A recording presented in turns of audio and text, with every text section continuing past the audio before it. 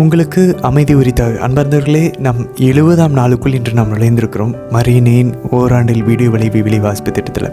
இன்றைக்கி நம்ம ரொம்ப சுவாரஸ்யமான ஒரு நிகழ்வை பார்க்க போகிறோம்.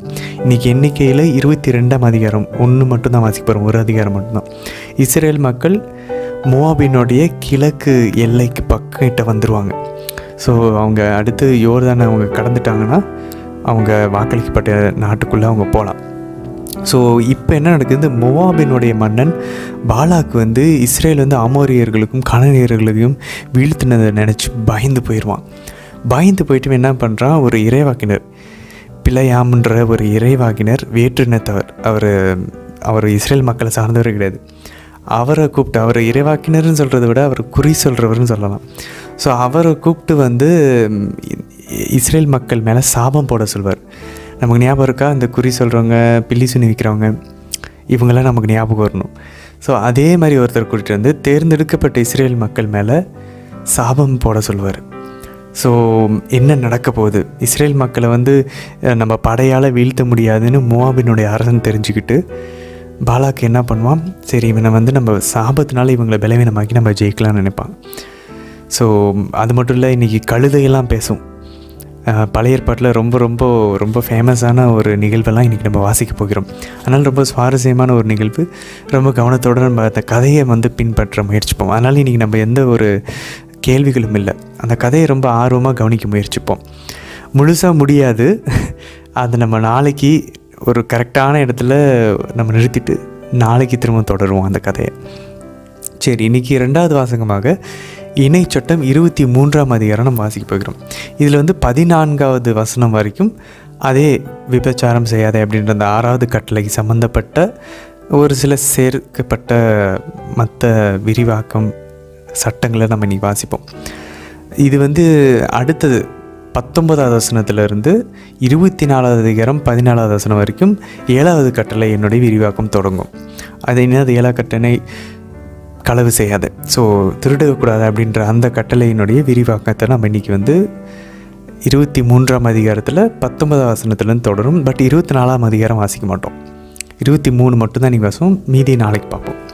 3வது வாசகமாக திருப்பாடல் 105 ஆண்டவர் இஸ்ரேல் மக்களுக்கு எவ்வளோ அழகாக விசுவாசம் உள்ளவராக, அவருடைய பேரன்பு எப்பயுமே இருக்குது, அவருடைய நம்பிக்கைக்குரிய தன்மைக்கு எந்த ஒரு நிகருமே இல்லை அப்படின்றத அழகாக எடுத்து காட்டக்கூடிய ஒரு திருப்பாடல். இதில் ஒரு ஃப்ளாஷ்பேக் மாதிரி இருக்கும்.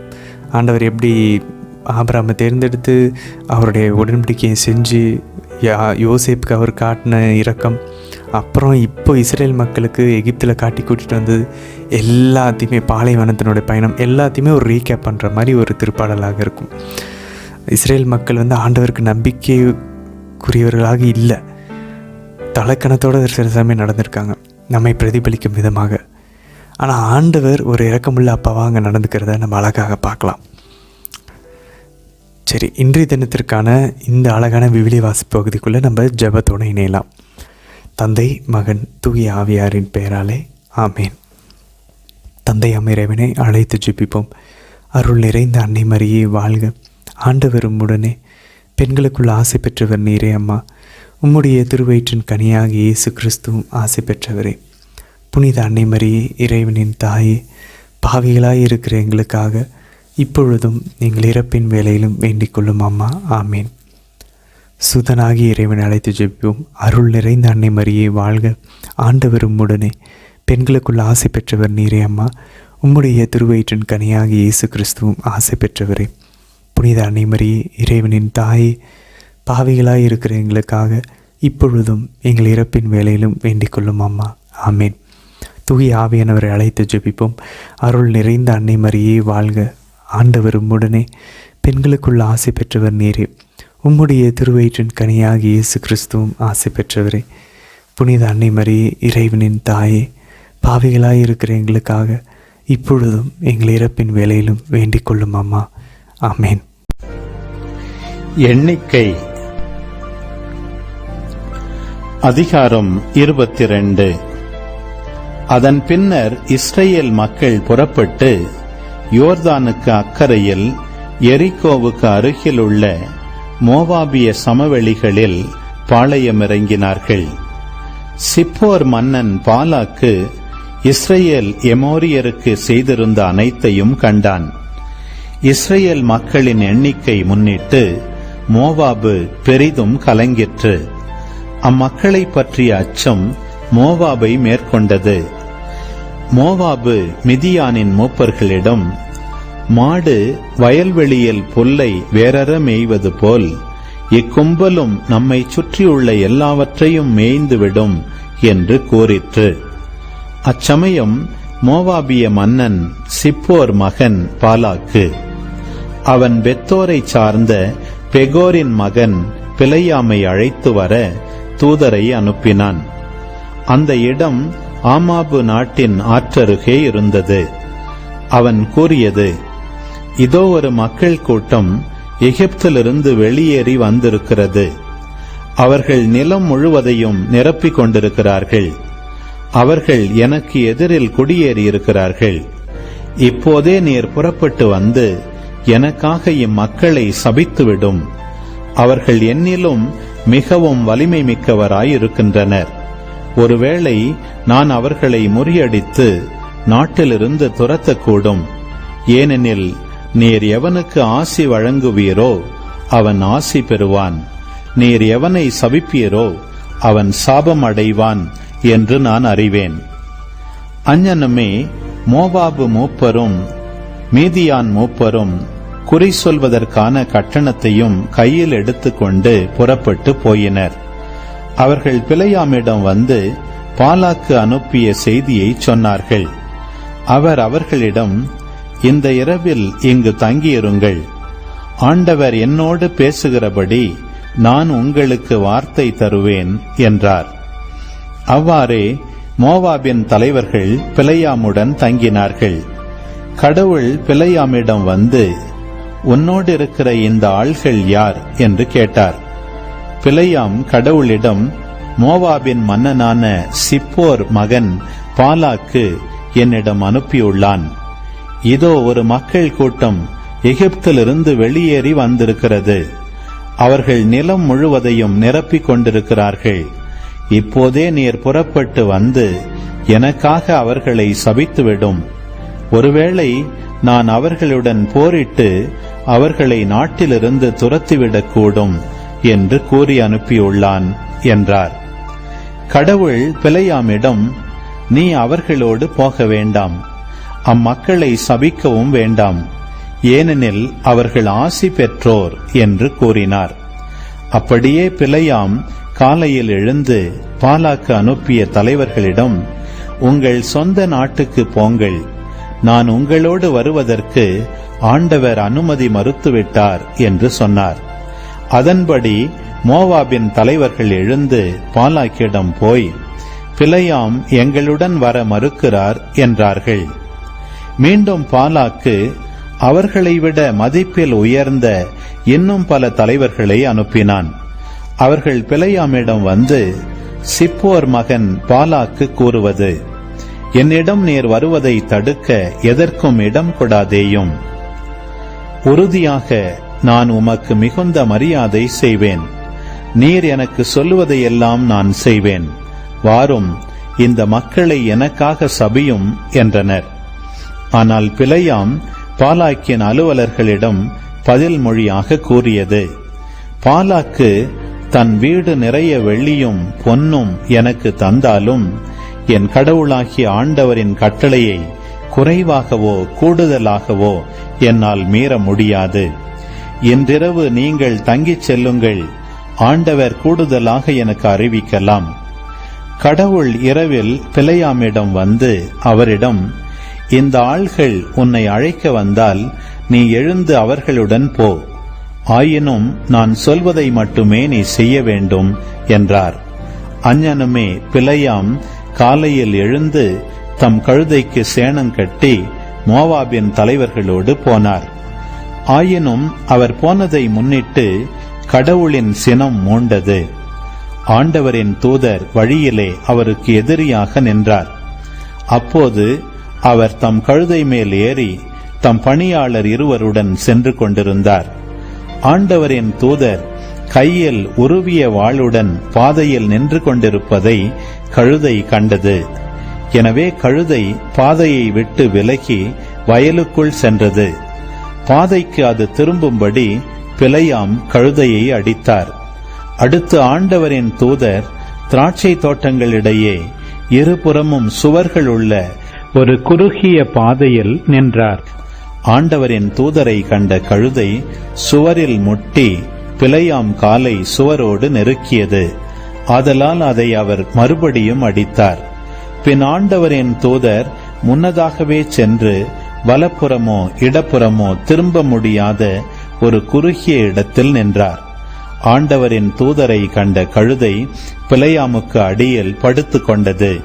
பிலேயாம் சினம் கொண்டு தம் கோலால் கழுதையை அடித்தார். உடனே ஆண்டவர் கழுதையின் வாயை திறந்தார். அது அவரிடம், நீர் 3 முறை இவ்வாறு என்னை அடிப்பதற்கு நான் உமக்கு என்ன செய்தேன் என்றது. பிலேயாம் கழுதையிடம், நீதான் என்னை ஏளனம் செய்து கொண்டிருக்கிறாய். என் கையில் ஒரு வாள் மட்டும் இருந்தால் உன்னை இந்நேரம் கொன்றிருப்பேன் என்றார். கழுதை பிலேயாமிடம், நான் உம் கழுதை அன்றோ? இன்று வரை உம் வாழ்நாள் எல்லாம் என் மீது ஏறி வந்துள்ளீரே, எப்போதாவது நான் இப்படி செய்து பழக்கம் உண்டா என்றது. அதற்கு அவர் இல்லை என்றார். ஆண்டவர் பிலேயாமின் கண்களை திறந்தார்.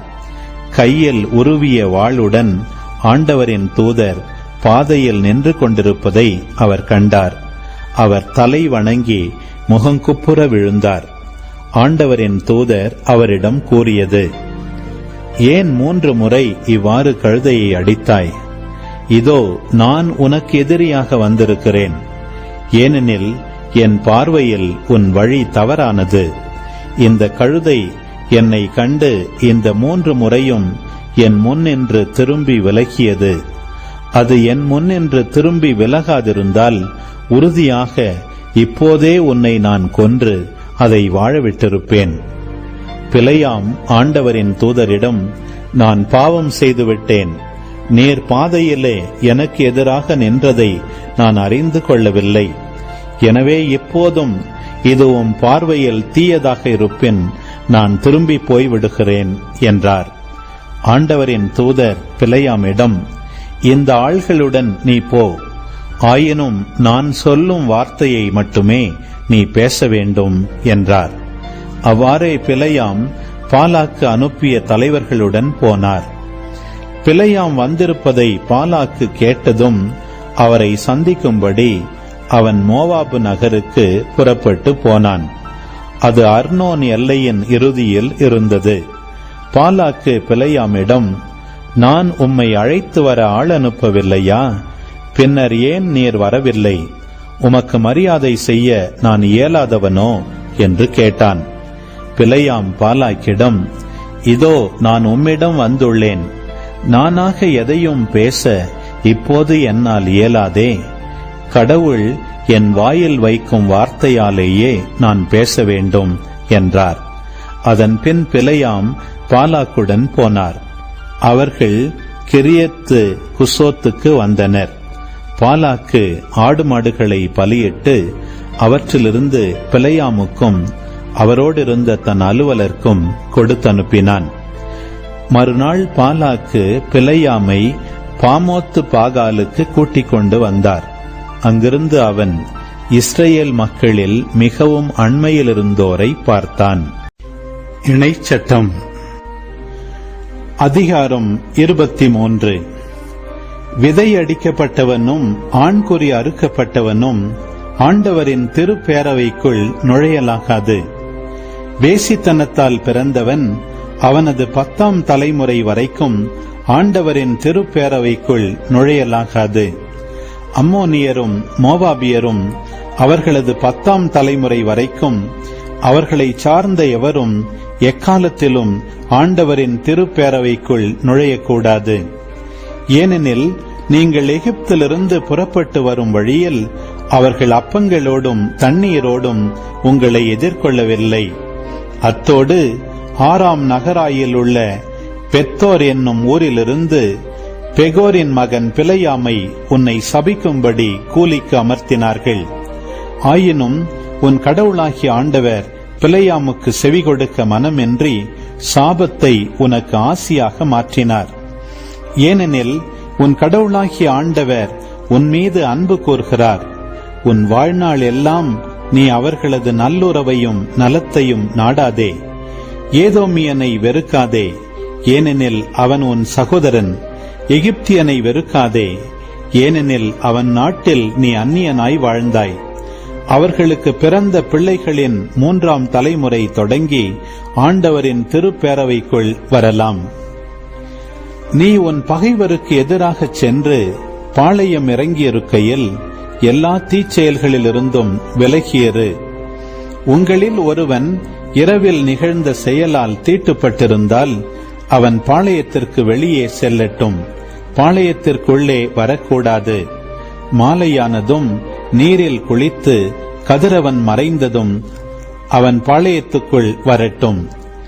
நீ வெளிக்கு செல்வதற்கென பாளையத்திற்கு வெளியே ஓர் இடம் இருக்கட்டும். உன் படைக்கலன்களோடு ஒரு மண்வெட்டியும் வைத்துக்கொள். நீ வெளிக்கு செல்கையில் அதனால் ஒரு குழி தோண்டு. நீ கழித்ததை அதனால் மூடிவிட்டு திரும்பு. ஏனெனில் உன் கடவுளாகிய ஆண்டவர் உன்னை காக்கவும் உன் பகைவர்களை உன்னிடம் ஒப்படைக்கவும் பாளையத்துக்குள்ளே உலா வருகிறார். அவர் உன்னிடத்தில் கழிவை கண்டு உன்னை விட்டு விலகாதவாறு உன் பாளையம் தூய்மையாயிருக்கட்டும். தம் தலைவனிடமிருந்து தப்பி வந்து உன்னிடம் அடைக்கலம் தேடியுள்ள அடிமைகளை அவனிடம் ஒப்படைக்காதே. உன் குடியிருப்பு ஒன்றில் தமக்கு பிடித்தமானதை தேர்ந்து கொண்டு அவர்கள் உன்னோடு உன்னிடையே இருப்பாராக. நீ அவர்களை கொடுமைப்படுத்தாதே. இஸ்ரவேலின் புதல்வியருள் எவளும் விலைமகளாயிருத்தலாகாது. இஸ்ரவேலின் புதல்வர் எவனும் விலைமகனாயிருத்தலாகாது. விலைமாதின் வாடகையையோ விலைமகனின் கூலியையோ எவ்வித நேர்ச்சையின் பொருட்டும் உன் கடவுளாகிய ஆண்டவரின் இல்லத்திற்குள் கொண்டு வராதே. ஏனெனில் இவை இரண்டுமே அவருக்கு அருவருப்பானவை. உன் இனத்தவனிடமிருந்து வட்டி வாங்காதே. பணத்துக்கோ தானியத்துக்கோ கடனாக கொடுத்த எந்த பொருளுக்கோ வட்டி வாங்காதே. வேற்று இனத்தானிடமிருந்து நீ வட்டி வாங்கலாம். ஆனால் நீ உடைமையாக்கிக் கொள்ளப் போகும் நாட்டில் நீ மேற்கொள்ளும் செயல்களில் எல்லாம் உன் கடவுளாகிய ஆண்டவர் உனக்கு ஆசி வழங்கும் பொருட்டு உன் இனத்தானிடம் வட்டி வாங்காதே. உன் கடவுளாகிய ஆண்டவருக்கு நேர்ச்சை செய்திருந்தால் அதை செலுத்துவதற்கு காலம் தாழ்த்தாதே. ஏனெனில் அது உனக்கு பாவமாகும். உன் கடவுளாகிய ஆண்டவரும் அதை உன்னிடம் கேட்பார் என்பது உறுதி. ஆனால் நேர்ச்சை செய்யாதிருந்தால் அது உனக்கு பாவமாகாது. உனது வாயால் வாக்களித்து உன் சொந்த விருப்பத்தினால் உன் கடவுளாகிய ஆண்டவருக்கு நேர்ச்சை செய்வதால் உன் வாயால் சொல்வதை செயலில் காட்ட கருத்தாயிரு. உனக்கு அடுத்திருப்பவனின் திராட்சை தோட்டத்திற்கு சென்றால் உன் விருப்பம் போல் திராட்சையை உண்ணலாம். ஆனால் உன் கூடையில் எதையும் வைத்தலாகாது. உனக்கு அடுத்திருப்பவனுடைய விளை நிலத்திற்கு சென்றால் உன் கையால் கதிர்களை கொய்யலாம். ஆனால் கதிர் அரிவாளை உனக்கு அடுத்திருப்பவனின் கதிர்களில் வைக்காதே. திருப்பாடல் 105. ஆண்டவருக்கு நன்றி செலுத்துங்கள். அவர் தம் பெயரை சொல்லி வழிபடுங்கள். அவர் தம் செயல்களை மக்களினங்கள் அறியச் செய்யுங்கள். அவருக்கு பாடல் பாடுங்கள். அவரை புகழ்ந்தேத்துங்கள். அவர்தம் வியத்தகு செயல்கள் அனைத்தையும் எடுத்துரையுங்கள். அவர்தம் திருப்பெயரை மாட்சிப்படுத்துங்கள். ஆண்டவரை தேடுவோரின் இதயம் அக்களிப்பதாக. ஆண்டவரையும் அவரது ஆற்றலையும் தேடுங்கள். அவரது திருமுகத்தை இடையராது நாடுங்கள். அவர் செய்த வியத்தகு செயல்களை நினைவு கூறுங்கள். அவர் தம் அருஞ்செயல்களையும் அவரது வாய் மொழிந்த நீதி தீர்ப்புகளையும் நினைவில் கொள்ளுங்கள். அவரின் ஊழியராம் ஆபிரகாமின் வழிமரபே, அவர் தேர்ந்து கொண்ட யாக்கோபின் பிள்ளைகளே, அவரே நம் கடவுளாகிய ஆண்டவர். அவரின் நீதி தீர்ப்புகள் உலகம் அனைத்திற்கும் உரியன. அவர் தமது உடன்படிக்கையை என்றென்றும் நினைவில் கொள்கின்றார். 1000 தலைமுறைக்கென தாம் அளித்த வாக்குறுதியை நினைவு கூர்கின்றார். ஆபிரகாமுடன் தாம் செய்து கொண்ட உடன்படிக்கையையும், ஈசாக்குக்கு தாம் ஆணையிட்டு கூறியதையும் அவர் நினைவில் கொண்டுள்ளார். யாக்கோபுக்கு நியமமாகவும் இஸ்ரவேலுக்கு என்றுமுள்ள உடன்படிக்கையாகவும் அதை அவர் உறுதிப்படுத்தினார். கானான் நாட்டை உங்களுக்கு அளிப்பேன், அப்பங்கே உங்களுக்கு உரிமை சொத்தாயிருக்கும் என்றார் அவர். அப்போது அவர்கள் மதிப்பிலும் எண்ணிக்கையிலும் குறைந்தவராயிருந்தார்கள். அங்கே அவர்கள் அந்நியராயிருந்தார்கள். அவர்கள் ஒரு நாட்டினின்று மற்றொரு நாட்டிற்கும், ஓர் அரசனின்று மற்றொரு மக்களிடமும் அலைந்து திரிந்தார்கள். யாரும் அவர்களை ஒடுக்குமாறு அவர் விட்டுவிடவில்லை. அவர்களின் பொருட்டு மன்னர்களை அவர் கண்டித்தார். நான் அருள் பொழிவு செய்தாரை தொடாதீர், என் இறைவாக்கினருக்கு தீங்கிழைக்காதீர் என்றார் அவர். நாட்டில் அவர் பஞ்சம் வரும்படி செய்தார். உணவெனும் ஊன்றுகோலை முறித்து விட்டார். அவர்களுக்கு முன் ஒருவரை அனுப்பி வைத்தார். யோசேப்பு என்பவர் அடிமையாக விற்கப்பட்டார். அவர்தம் கால்களுக்கு விலங்கிட்டு அவரை துன்புறுத்தினர். அவர்தம் கழுத்தில் இரும்பு பட்டையை மாட்டினர். காலம் வந்தது, அவர் உரைத்தது நிறைவேறிற்று. ஆண்டவரின் வார்த்தை அவர் உண்மையானவர் என மெய்ப்பித்தது. மன்னர் ஆள் அனுப்பி அவரை விடுதலை செய்தார். மக்களினங்களின் தலைவர் அவருக்கு விடுதலை அளித்தார். அவர் அவரை தம் அரண்மனைக்கு தலைவராக்கினார். தம் உடைமைகளுக்கெல்லாம் பொறுப்பாளராக ஏற்படுத்தினார். அவர் அரசு அலுவலரை பயிற்றுவித்தார். அவருடைய அவை பெரியோருக்கு நல்லறிவு புகட்டினார். பின்னர் இஸ்ரவேல் எகிப்துக்கு வந்தார்.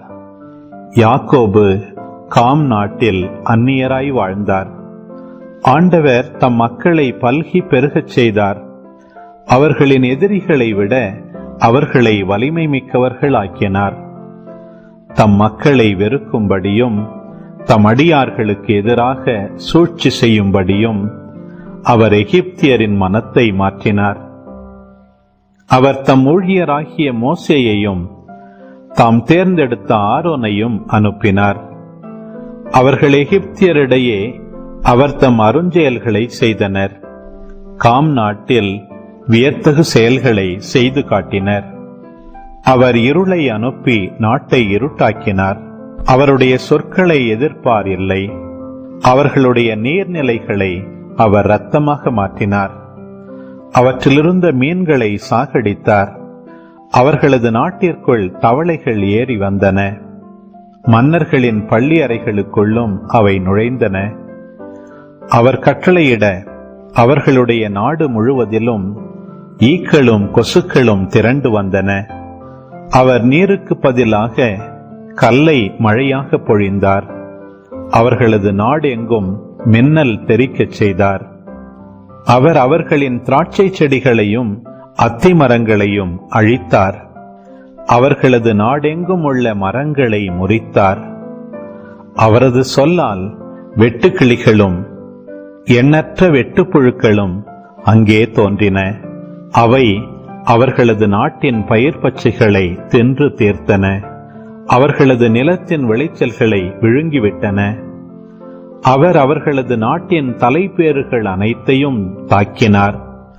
அவர்களது ஆண்மையின் முதற்பேறுகள் அனைத்தையும் வீழ்த்தினார்.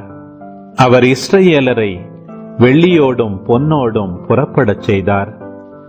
அவர்கள் குலங்களில் எவரும் தளர்ந்து போகவில்லை. அவர்கள் வெளியேறுகையில் எகிப்தியர் அகமகிழ்ந்தனர். ஏனெனில் இஸ்ரவேலர் பற்றிய பேரச்சம் அவர்களை ஆட்கொண்டிருந்தது. அவர் அவர்களை பாதுகாக்க மேகத்தை பரப்பினார். இரவில் ஒளி தர நெருப்பை தந்தார். அவர்கள் கேட்டதால் அவர் காடைகளை வரச் செய்தார். வானினின்று வந்த உணவால் அவர்களை நிறைவுறச் செய்தார். அவர் கற்பாறையை பிளந்தார். தண்ணீர் பொங்கி வழிந்தது. அது பாலை நிலங்களில் ஆராய் ஓடிற்று. ஏனெனில் தம் அடியார் ஆபிரகாமுக்கு அளித்த தமது தூய வாக்குறுதியை அவர் நினைவு கூர்ந்தார். அவர் தம் மக்களை மகிழ்ச்சியோடு வெளிக்கொணர்ந்தார். அவர் தாம் தெரிந்தெடுத்தவர்களை ஆரவாரத்தோடு கூட்டிச் சென்றார். அவர் வேற்றினத்தாரின் நாடுகளை அவர்களுக்கு அளித்தார். மக்களினங்களது உழைப்பின் பயனை அவர்கள் உரிமையாக்கிக் கொள்ளுமாறு செய்தார். அவர்கள் அவருடைய கட்டளைகளை கடைபிடிக்கவும் அவருடைய சட்டங்களின்படி ஒழுகவுமே அவர் இவ்வாறு செய்தார். அல்லேலூயா. ஆமீன். ஆண்டவர், இந்த நாளுக்கான இந்த இறை வார்த்தைகளுக்காக நன்றி செலுத்துகிறோம் அப்பா. ஆண்டவரே, உங்களுக்கு அஞ்சி நடக்கிறவர்களுக்கு, உம்முடைய வழிகளில் நடக்கிறவங்களுக்கு ஆண்டவரே உம்மை அன்பு செஞ்சு உம்மை மட்டுமே சேவை செய்து உங்களுடைய கட்டளைகளை கண்ணும் கருத்துமாக நேசித்து அதை ஒவ்வொரு நாளும் ஒவ்வொரு நொடியும் கடைபிடிக்க ஆசைப்பட்டு அதை செய்கிறவர்களுக்கு உங்களுடைய பேரன்பும் உங்களுடைய நம்பிக்கைக்குரிய தன்மையும் எப்பயுமே வத்தாது அப்படின்றத நாங்கள் உணர்ந்துருக்கோம். ஆண்டவரே, உங்களுக்கு நாங்கள் இஸ்ரேல் மக்களை போல் எத்தனை முறை உங்களை நாங்கள் ஏமாற்றிருக்கிறோம், எத்தனை முறை நாங்கள் எங்களுடைய விருப்பத்தை செய்ய நாங்கள் திரும்பி இருக்கிறோம். ஆனால் நீங்கள் இன்றைக்கி நாங்கள் பார்த்தது போல் இரக்கமுள்ள அப்பாவாக இருக்கிறீங்க. எங்களுக்கு நிறைய நேரங்களில் தேவ மாதாவை அனுப்பிச்சி விட்ருக்குறீங்க. அம்மா இல்லைன்னா நாங்கள் ஒன்றுமே இல்லாமல் நேரம் போயிருந்திருப்போம். உங்களுடைய இரக்கத்தின் பெருக்கினால் அம்மாவை அனுப்பிச்சி விட்டீங்க, புனிதர்களை அனுப்பிச்சிருக்கீங்க, வானதூதர்களை அனுப்பிச்சிருக்கீங்க. நீங்கள் எங்களுக்கு ஒரு நல்ல அப்பாவாக இருந்திருக்கீங்க. இன்று நாங்கள் இன்னையிலிருந்து உங்களுக்கு ஒரு நல்ல பிள்ளையாக இருக்க எங்களுக்கு அருள் புரியும். அம்மா, எங்களால் இதை செய்ய முடியாதும்மா. கடவுளுடைய அருள் இல்லாமல் எங்களால் இதை செய்ய முடியாது. நீங்கள் எப்படி ஆண்டவருடைய அருளுக்கு நம்பிக்கைக்குரியவராக விசுவாசம் உரியவர்களாக இருந்தீங்களோ, நாங்களும் ஆண்டவர் கொடுக்குற அருளுக்கு விசுவாசம் உள்ளவர்களாக நடந்து கொள்ள எங்களுக்கு கற்றுத்தாங்கம்மா. தந்தை, மகன், தூய ஆவியாரின் பெயராலே ஆமேன். அன்பார்ந்தவர்களே, இன்றைய தினத்திற்கான விளக்க உரை ரொம்ப சுருக்கமானது தான். ஸோ இன்றைக்கி ஒரு கதை வடிவம் தான். நிறைய விஷயங்கள் நம்ம கற்றுக்கொண்டோம். பாருங்கள், இன்றைக்கி 22ஆம் அதிகாரத்தில் 6ஆம் வசனத்தில் இந்த மோவாபினுடைய மன்னன் பாலாக்கு என்ன பண்ணுறாரு, இந்த பிள்ளையாமை கூப்பிட்டு, அவர் ஒரு குறி சொல்கிறவர், அவர் ஒரு ஜென்டைல், பிறனத்தவர், அவர் யூதர் கிடையாது, இஸ்ரேல் மக்கள் கிடையாது. ஆனாலும் கூட அவர் கடவுள் அவர் கூட பேசுகிறாரு.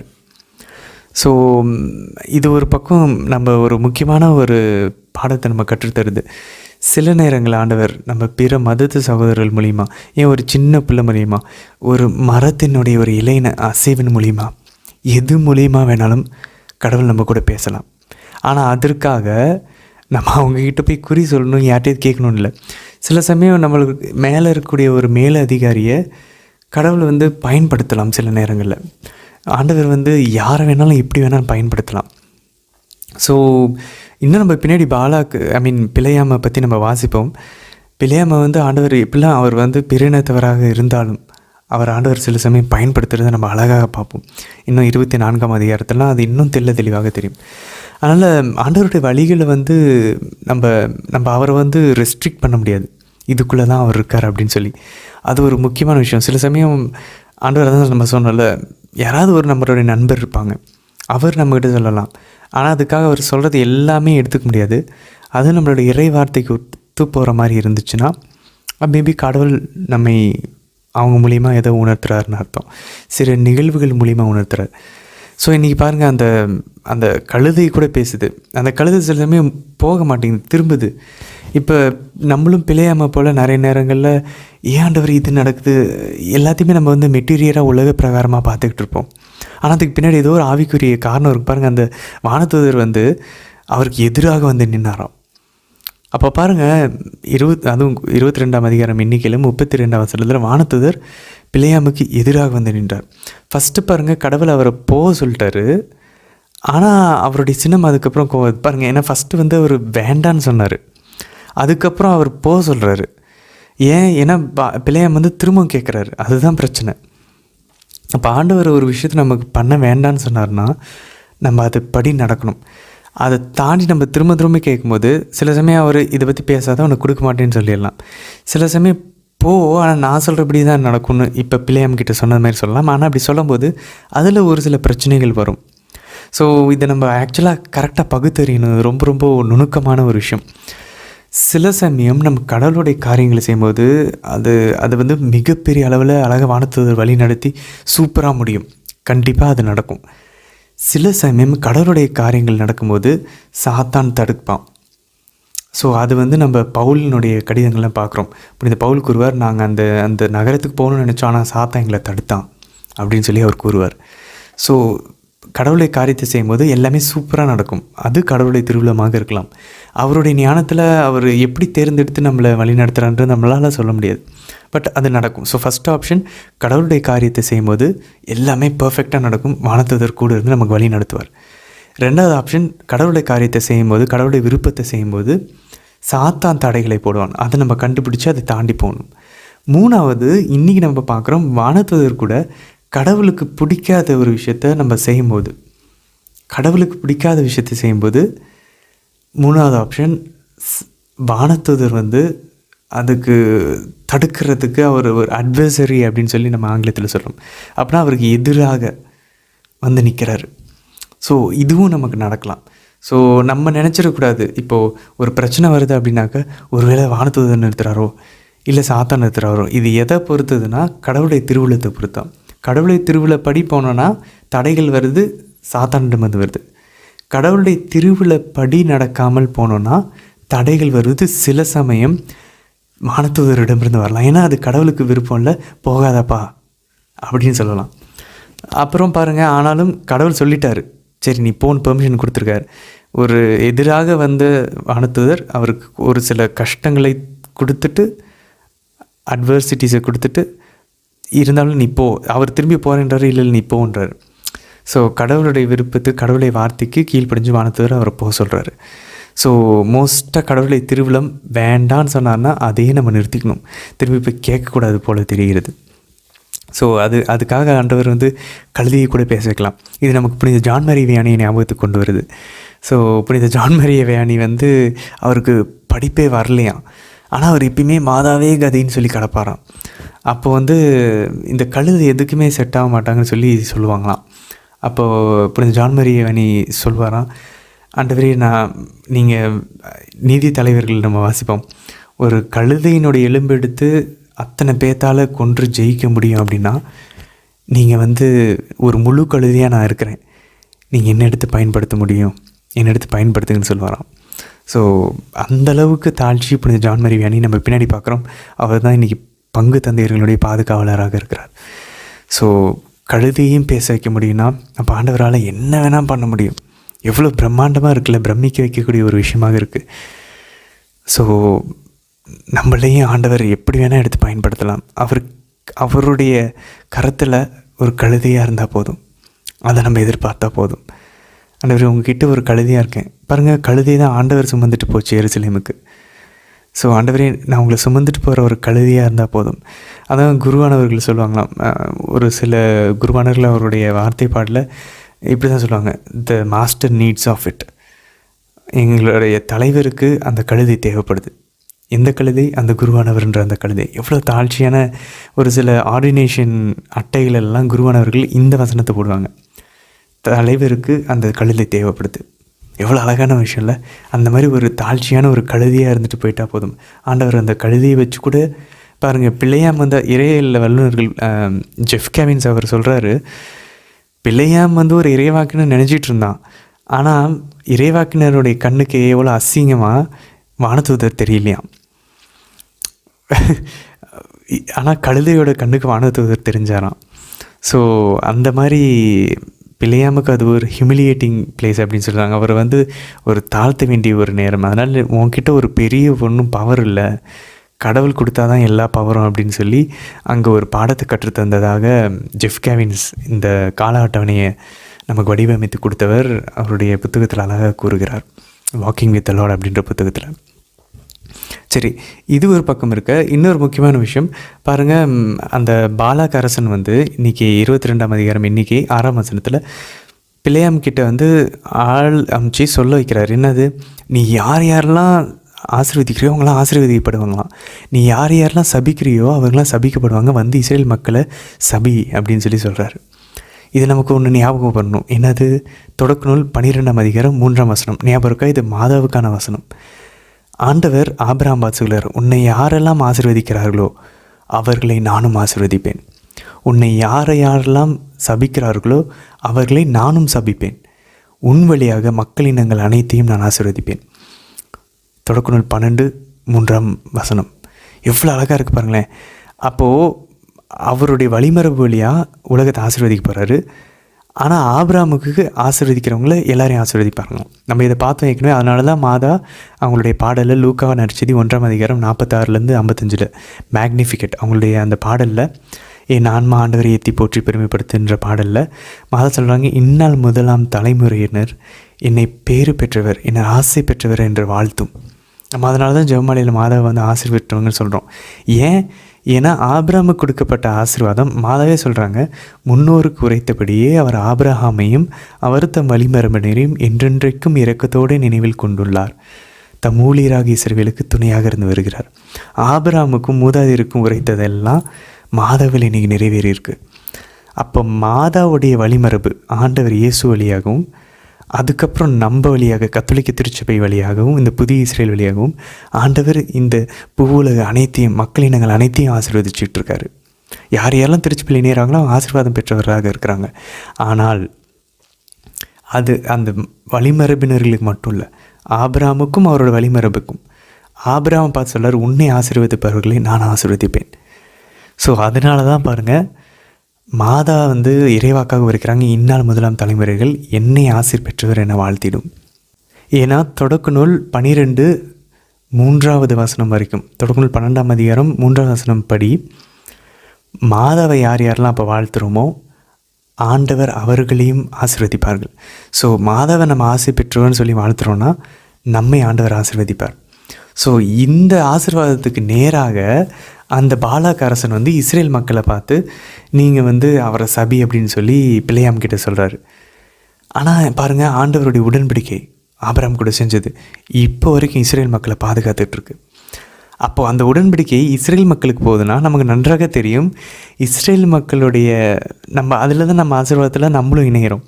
அப்புறம் நம்ம மாதாவை வாழ்த்தும் போது, மாதாவை ஆசீர் பெற்றவங்கன்னு சொல்லி வாழ்த்தும் போது, மாதாவை ஆசீர்வதிக்கும் போது நம்மளும் ஆசீர்வாதம் பெறுகிறோம். அப்போ மாதா பாருங்கள், அவங்களுக்காக அதை சொல்லிக்கல, இந்நாள் முதலாம் தலைமுறையினர்கள் என்னை பேறு பெற்றவர் என்னை ஆசீர் பெற்றவர் என வாழ்த்திடுமே, அது மாதாவுக்கு இல்லை. பாருங்கள், மாதாவை ஆசை பெற்றவங்கன்னு நம்ம ஆசீர்வதிக்க ஒவ்வொரு அருளும் இந்த மாதிரிலையும் நம்ம ஆசீர் பெற்றிருக்கிறோம். அதான் பாருங்கள், மக்களினங்களுடைய குடும்பங்கள் எல்லாம் ஆசீர்வதிக்கப்படும். அப்போ நம்மளுடைய குடும்பம் ஆசீர்வதிக்கப்பட்டுருக்கு. அப்போ இந்த ஜெபமாலை நிறுத்துறான்னா நம்மளுடைய ஆசீர்வாதத்தை நிறுத்துறான்னு அர்த்தம். ஏன்னா மாதாவையும் அவங்களுடைய திருவயிற்றின் கனியும் ஆசீர் பெற்றதுன்னு சொல்லி நம்ம வாழ்த்தும் போது, அதனால எலிசபெத் அம்மா இதை தெரிஞ்சுக்கிறாங்க.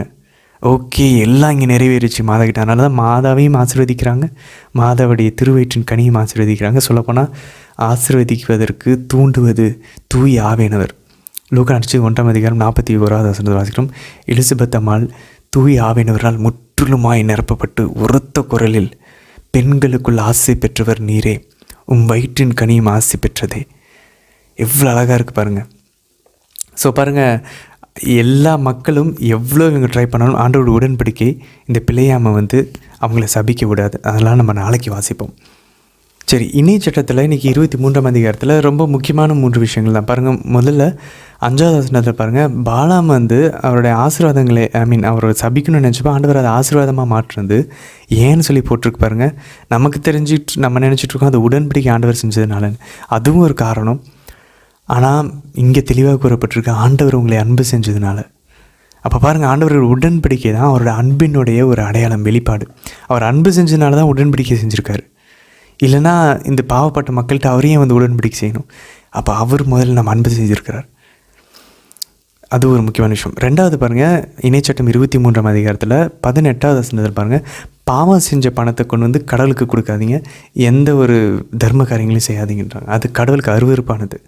ஸோ பாவத்தின் வழியாக சிகரெட்டு விற்றுட்டு அந்த பணத்தில், ஞாயிற்றுக்கிழமை கடையை ஓப்பன் பண்ணி வச்சுட்டு பிஸ்னஸ் பண்ணிவிட்டு அதுலேருந்து வர பணத்துலேருந்து ஆண்டவருக்கு கொடுக்க வேணாம்னு சொல்கிறாங்க. இது ஒரு உதாரணம். அந்த மாதிரி நிறைய விஷயங்கள். எதெல்லாம் நம்ம அந்த மீன்ஸும் எண்டும் பரிசுத்தமாக இருக்கணும். நம்ம எந்த வழியில் சம்பாதிக்கிறோமோ அது பரிசுத்தமாக இருக்கணும். கடவுளுக்கு கொடுக்குறதா இருந்தாலும் அது பாவம் இல்லாத ஒரு பணமாக இருக்கணும். இப்போ தாமஸ் அக்வினாஸும் அவருடைய சும்மா தியோலஜிக்கலாக அதான் கூறுகிறார்.